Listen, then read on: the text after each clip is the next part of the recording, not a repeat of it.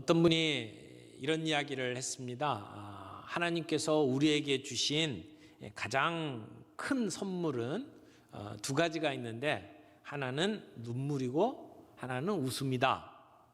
눈물과 웃음이 하나님이 주신 선물이라고 이야기를 했습니다. 우리가 정말 기쁜 일이 있을 때는 웃고 함께 축하하죠. 힘들고 어려운 일이 있을 때는 눈물을 흘립니다. 때때로 내 사랑하는 가족들이 병에 걸리고 아픈 상태가 되면 우리가 내가 차라리 아프면 낫겠다 이런 이야기를 하면서 힘들어하고 같이 눈물을 흘리죠. 또 사랑하는 사람들과 헤어질 때에도 우리가 참 눈물을 흘립니다. 근데 예수님에 대한 기록을 보게 되면 성경에 예수님이 웃으셨다 이런 얘기는 안 보여요. 근데 누가복음에 보면 예수님이 우셨다라고 하는 기록이 3번 나옵니다. 왜 웃으셨다라는 기록은 안 나오고 우신 내용만 나올까요? 예수님이 평생 동안 웃지 않으셨다 이런 얘기는 아니라고 생각을 합니다. 그런데 특별히 예수님께서 우셨다라고 하는 이 기록들에 오늘은 이제 두 번째 기록인데요. 예수님께서 우신 그 울음의 의미는 무엇인지 오늘 그 예수님의 눈물의 의미를 함께 좀 살펴보면서 은혜를 나누기를 원합니다. 예수님께서 예루살렘 성에 입성하시고 이루어진 일들입니다. 그 성 안에 들어가셔서 있었던 일들을 오늘 본문에서는 3가지 이야기를 하고 있습니다. 그 3가지 사건의 내용을 함께 나눠보면서 은혜를 누리기를 원합니다. 첫 번째는 예수님은 예루살렘 성을 보시면서 우셨습니다. 예루살렘의 성에 들어갈 때에 많은 사람들이 예수님을 환영했죠. 종려나무 가지를 꺾어서 흔들면서 호산나 다윗의 자손이여 그러면서 예수님을 기뻐 맞이했습니다. 그러니까 예수님께서 예루살렘 성에 들어가시면 마치 당장이라도 놀라운 일이 일어날 것처럼 생각을 하면서 사람들을 흥분했고 예수님을 맞이했습니다. 그런데 동시에 그 찬송을 받으면서 들어오시는 예수님을 못마땅하게 생각하는 사람들도 있었죠. 유대의 종교 지도자들이었습니다. 예수님은 이렇게 환영과 미움을 함께 받으면서 이제 예루살렘 성에 들어오셨습니다. 근데 41절에 보니까 가까이 오사 성을 보시고 우시며 이렇게 기록을 하고 있어요. 여기 예수님께서 우셨다라고 기록이 되어 있는데 성경에는 이제 바로 앞에 그 사건 중에 하나가 예수님께서 그 나사로의 무덤을 보시면서 우신 사건이 있거든요. 근데 그때 우셨다라고 하는 기록과 여기 예수님이 우셨다라고 하는 단어가 달라요. 본문에 나오는 우셨다라고 하는 단어는 통곡했다 그런 표현입니다. 소리를 내어서 우셨다라고 하는 얘기예요. 지금 예수님 주변에는 많은 사람들이 모여 있습니다. 예수님 들어오실 때 환영을 하면서 떠들썩했잖아요. 마치 잔치자리 같은 분위기였거든요. 근데 그 많은 사람들이 있는 가운데 갑자기 예수님께서 예루살렘 성을 보시면서 우시기 시작을 했어요. 지금 분위기하고 전혀 안 맞는 행동을 하신 거예요. 아마 예수님 주변에 있던 제자들과 무리들은 예수님의 모습을 보면서 굉장히 당황했을 거예요. 지금 예수님을 막 높이고 찬양하고 예수님의 가는 길에 그 레드카펫을 깔아놓는 것처럼 옷을 깔고 그리고 예수님을 맞이하고 있잖아요. 그런 상황에서 예수님은 갑자기 소리내어서 통곡하기 시작을 하는 겁니다. 예수님은 왜 갑자기 우셨을까요? 예수님을 환영하고 있는 그 사람들 너머에 예수님은 뭘 보셨길래 지금 울고 계실까요? 지금 예루살렘 성은 그리고 예루살렘 성전은 아주 웅장한 자태를 뽐내고 있지만 그러나 곧 일어날 일들을 예수님은 내다보고 계셨던 겁니다. 예수님은 이 땅을 다스리시는 하나님이십니다. 우리의 과거와 우리의 미래를 다 아시는 하나님이십니다. 예수님께서는 신적인 권능을 가지고 지금 이 예루살렘 성에 어떤 일이 벌어질지를 알고 계시는 분이죠. 예루살렘 성이 이렇게 처참하게 멸망당할 것을 알고 계시는 예수님께서 그 모습을 바라보며 지금 슬피 울고 계시는 겁니다. 예수님의 울음은 어찌할 수 없는 연약함에서 오는 게 아닙니다. 예수님은 강한 분입니다. 힘들고 어려운 상황 속에서 예수님은 울지 않으셨습니다. 광야에 나가서 40일 금식을 당하고 그리고 사단에게 시험을 받는 과정 속에서도 예수님은 늠름하셨습니다. 예수님은 그 고난을 받으시며 십자가에 못 박혀 달려 돌아가실 때에도 눈물을 흘리지 않으셨습니다. 그런 예수님이 지금 예루살렘 성을 바라보면서 울고 계십니다. 예루살렘이라고 하는 말 속에는 평화라는 말이 담겨져 있습니다. 살렘이라고 하는 말이 평화라고 하는 단어죠. 근데 평화의 도시, 평화의 성에 예수님께서 지금 평화의 왕으로 오신 거거든요. 그런데 예루살렘 사람들은 예수님이 그런 왕으로 오셨다는 것 자체를 모르고 있습니다. 오늘 42절 말씀을 보세요. 이르시되 너도 오늘 평화에 관한 일을 알았더라면 좋을 뻔하였거니와 지금 내 눈에 숨겨졌도다. 예수님이 평화의 왕으로 오신 것을 이 예루살렘 사람들이 알았으면 좋았을 텐데 그런데 몰랐다는 겁니다. 내 눈에 숨겨졌도다라고 얘기를 해요. 숨겨졌다라고 하는 건 수동태죠. 죄악이 그들의 눈을 가렸다는 얘기입니다. 그래서 그들이 평화에 관한 일을 몰랐다라는 얘기입니다. 이 평화에 관한 일이 뭡니까? 예수님이 평화의 왕으로 오신 겁니다. 예수님은 이 땅에 있는 사람들에게 평화를 주기 위해서 오신 분입니다. 그런데 지금은 눈이 감겼습니다. 예수님이 그 이유로 오신 것을 모릅니다. 영적으로 무지하는 겁니다. 그래서 예수님을 맞아들이질 못했어요. 진정한 왕으로. 그냥 단순히 몇몇 종교 지도자들만 그런 게 아닙니다. 지금 예수님을 환호하고 있는 사람들도 지금 예수님을 제대로 이해하지 못하는 거예요. 심지어 예수님의 제자들마저도 예수님이 누군지를 제대로 이해하지 못했습니다. 그들이 예수님을 맞이하지 못했고 그들이 내렸던 선택의 결과 그들이 망할 것을 예수님은 알고 계셨어요. 그 멸망이 임박함을 예수님은 보시면서 그들을 불쌍히 여기는 마음으로 지금 울고 계시는 겁니다. 예루살렘의 사람들이 소나 양을 데리고 와서 제사를 드리기가 쉽지 않죠. 그 당시에 사람들이 대부분 뭘로 다녔어요? 교통수단이 뭐예요? 두 발이에요. 나귀 타고 다니는 사람은 아주 부자였습니다. 그러니까 걸어서 다니는 상태에서 양을 끌고 성전까지 와가지고 그래서 제사를 드린다? 쉽지 않았을 거예요.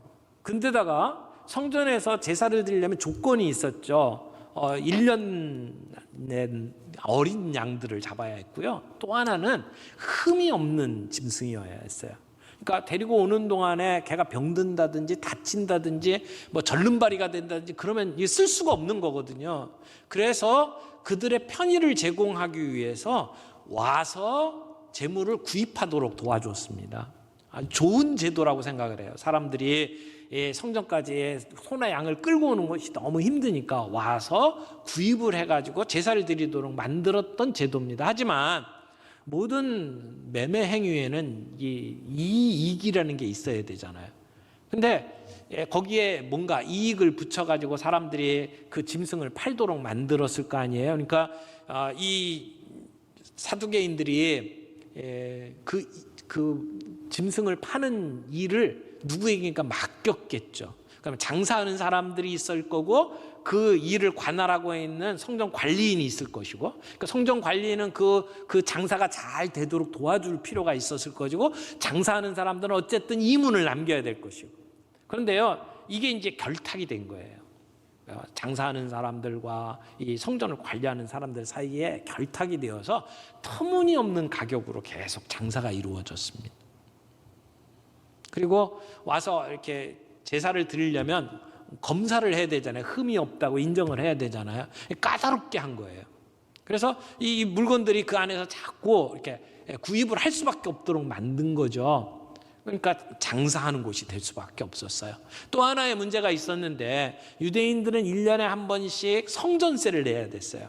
근데 세금을 내야 되는데 그때 사람들이 사용하고 있던 동전에는 대부분이 로마 황제의 얼굴이 박혀져 있었습니다. 예수님께서 예수님을 잡아 죽이기 위해서 가이사에게 세금을 내는 게 옳으냐 아니냐라고 이야기할 때 예수님께서 데나리온 하나를 가져와라 그러면서 여기에 뭐라고 써 있느냐라고 이야기를 하잖아요. 그때 그 데나리온에 보게 되면 황제의 얼굴이 박혀져 있고 그 황제에 대한 설명하는 글이 들어가 있거든요. 그런데 성전에서는 뭐라고 이제 가르쳤냐면 우상을 섬기면 안 된다라고 가르쳤어요. 하나님 앞에 세금으로 이제 헌금을 드려야 되는데 헌금에 뭐가 박혀 있냐면 왕의 얼굴, 황제의 얼굴이 있는 거예요. 그게 단순히 황제가 아니에요. 그 황제는 신이에요. 그러니까 그 인간의 얼굴이 박혀 있는데 신이라고 하는 그 황제의 얼굴이 박혀져 있는 그 동전을 가지고 하나님 앞에 바칠 수가 없다라고 규정을 해놓은 거예요. 그러면 그런 황제의 얼굴이 안 들어가 있는 돈으로 드려야 되거든요. 그게 세겔이었어요. 그래서 세겔로 돈을 바꿔야 됩니다. 그래서 내야 되려면 이제 동전을 바꿔야 되는데 그러면 바꾸려고 하면 뭐가 생겨요? 이게 이제 그 사이에 환율이 생기는 거죠. 우리가 달러를 원달러를 사려고 하면 한국 돈으로 뭐 1,200원 정도를 줘야 되는 거잖아요. 그것처럼 로마 화폐를 가지고 세계를 사려고 하면 이제 얼마에 주고받느냐라고 하는 환율을 만들어야 되는데 성전에서 그 관리를 하는 사람들이 그 환율을 터무니없이 비싸게 만든 거죠. 그러니까 1,200원 정도면 1달러를 구할 수 있는데 한 2,000원 정도 줘야지 1달러를 살 수 있도록 만든다든지 이런 식으로 조작을 해나간 거예요. 그러니까 그 성전 안에는 짐승을 파는 사람들 그리고 돈을 바꿔야 되는 사람들로 늘 북적일 수밖에 없었고 거기에 장사를 하거나 이렇게 돈을 바꿔주는 사람들은 엄청난 이익을 챙길 수 있었고 그 이익금의 일부는 성전을 관리하던 사람들에게 주어지는 거죠. 그러니까 서로 살아가는 굉장히 중요한 일들이 그 안에 이루어졌어요. 그러니까 성전이 성전으로서의 기능을 하는 것보다 처음에는 좋은 의도로 이루어졌는지는 모르지만 그곳은 장사하는 곳이 되어버렸고 강도들의 소굴이 되었다라고 말을 하는 겁니다. 예수님께서는 이런 모습들을 보시고 그리고 분노하셨습니다. 많은 사람들은 그때 이루어지는 일들이 관행이라고 생각을 했겠죠. 그리고 웬만해서는 그런 일들에 손을 댈 수가 없었을 거라고 생각을 했을 겁니다. 그런데 예수님은 본래의 성전의 본질을 회복하기를 원하신 거예요.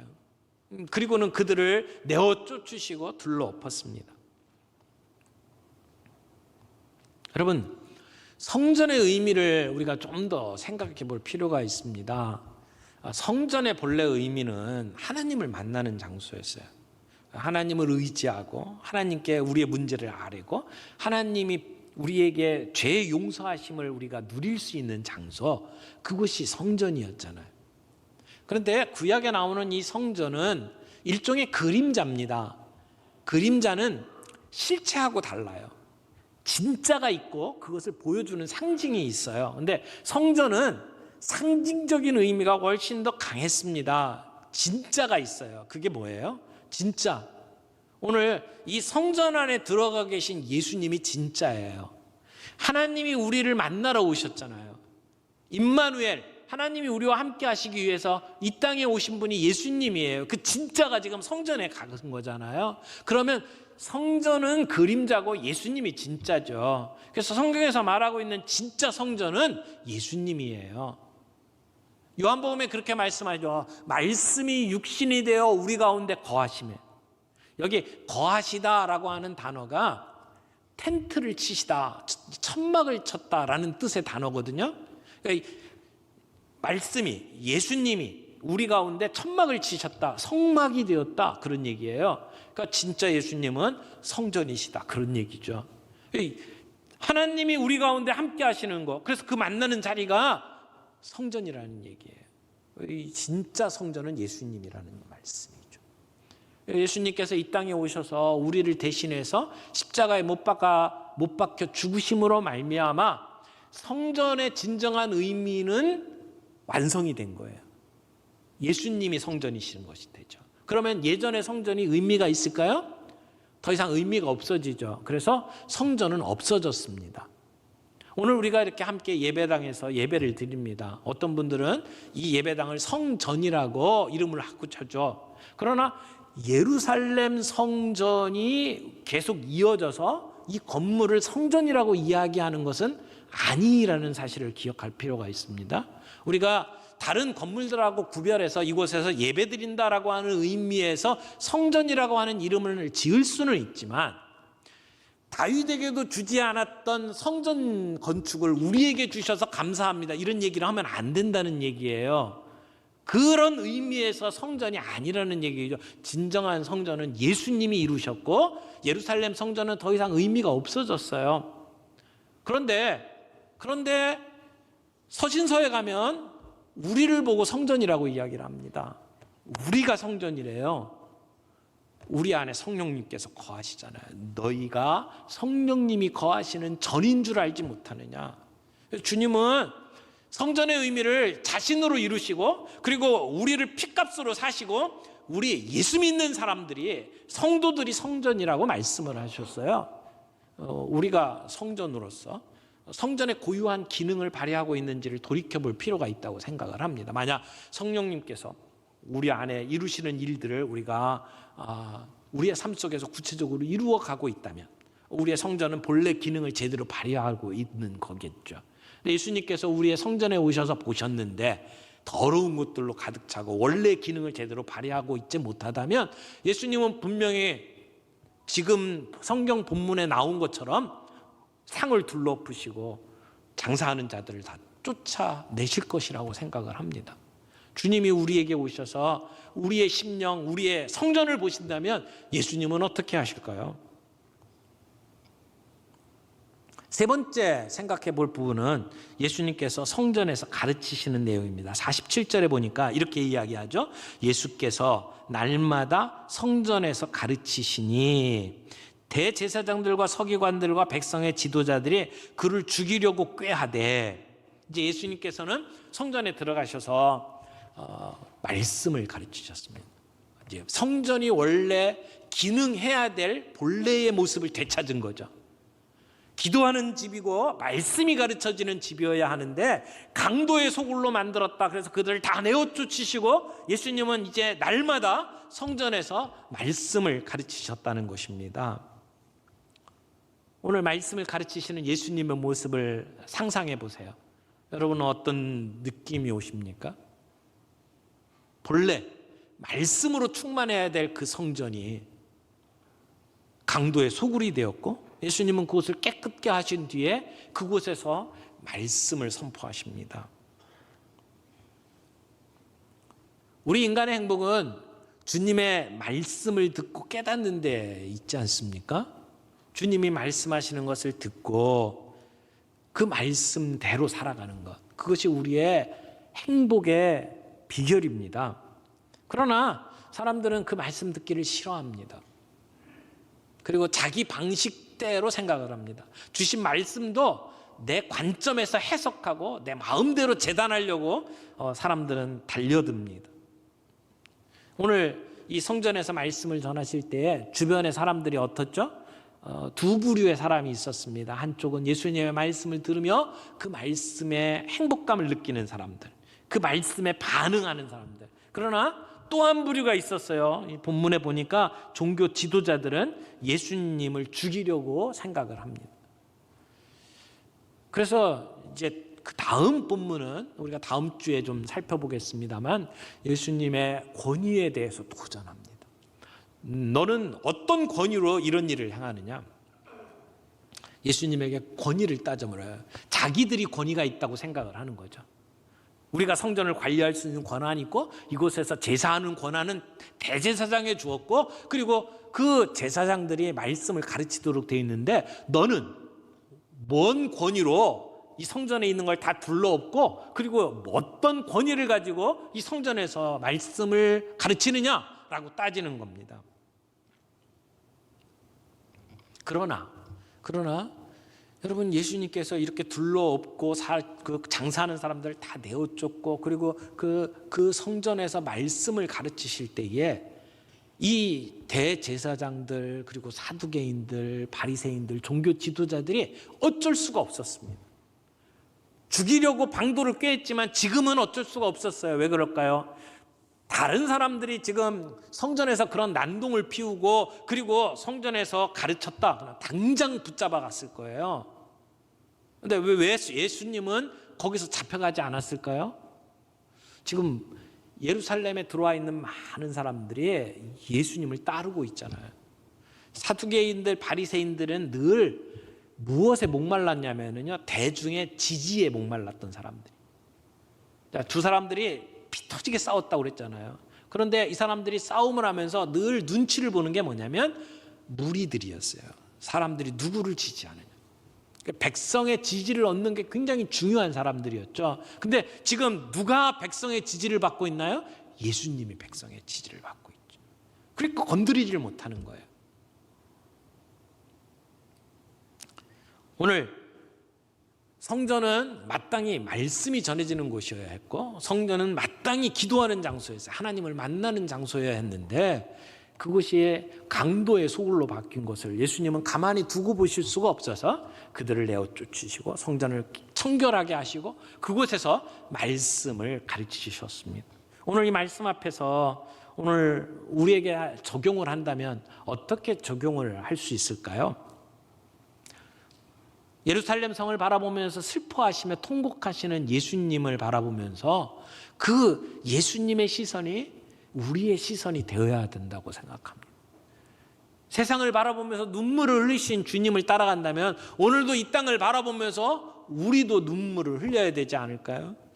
그럴 때 우리가 주님의 그 눈물을 닦아드리는 일을 하는 것이 되지 않을까요? 오늘 이 세상을 바라보면서 우리가 함께 눈물을 흘리며 그리고 그들을 주님 앞으로 이끌어내는 행동들을 우리가 할 때에 그때 우리 주님은 우리를 보면서 웃으실 수 있을 거라고 생각을 합니다. 동시에 우리 주님께서 성전에 들어가셔서 성전을 깨끗하게 하셨습니다. 우리가 성전이라고 한다면 주님이 우리의 성전을 보실 때 주님은 어떤 행동을 하실까요?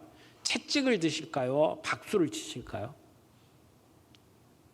내가 성전이라면 성전으로서의 기능을 나는 다 하고 있는지 한번 점검해 볼 필요가 있어요. 성령님이 거하시는 전으로 주님이 우리를 부르셨다면 우리 안에 있는 육심, 욕망들은 내어쫓고 매매하는 자들을 다 내어쫓으신 것처럼 우리는 내어쫓아야 합니다.